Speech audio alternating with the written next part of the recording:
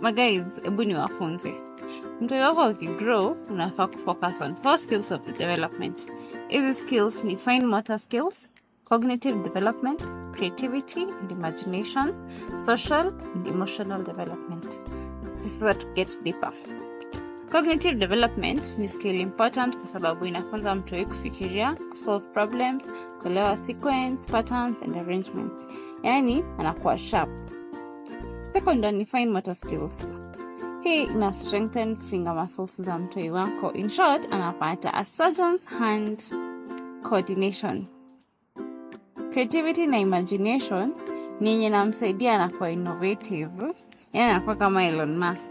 And finally, social and emotional development inamsaidia anakuwa focused, patient na gain confidence.